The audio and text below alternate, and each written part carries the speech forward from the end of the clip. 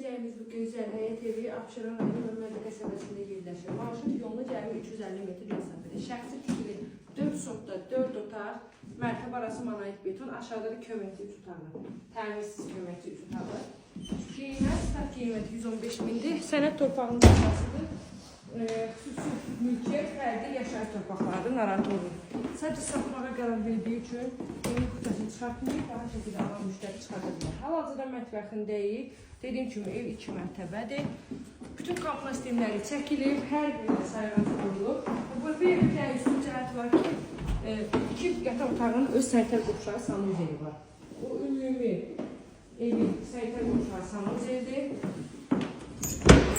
Solda ailə otağı.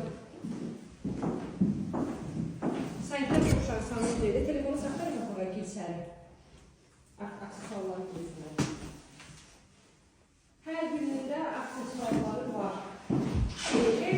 Ecilmiş qiyməti 115 mindən də real müştəriyə indirim nəzərdə tutulur. Burada balaca uşaq otağıdır. Sağda yenə böyük bir ailə yatan otağı. Marşrut yoluna oranı sanitar qopşağı sanuzeli göstər.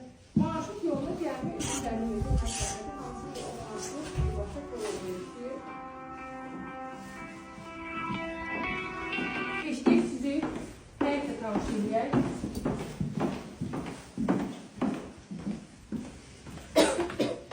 Evin qapısından əlavə var, ikinci kirəcək var. Yəni dışda ayaqqabıları, palçıqlı bir şey. Daha da soyunu. Hər evin içərisində qarşı olacaqdır.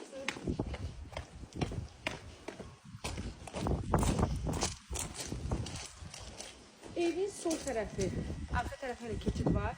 Ehtiyat su tərəfi.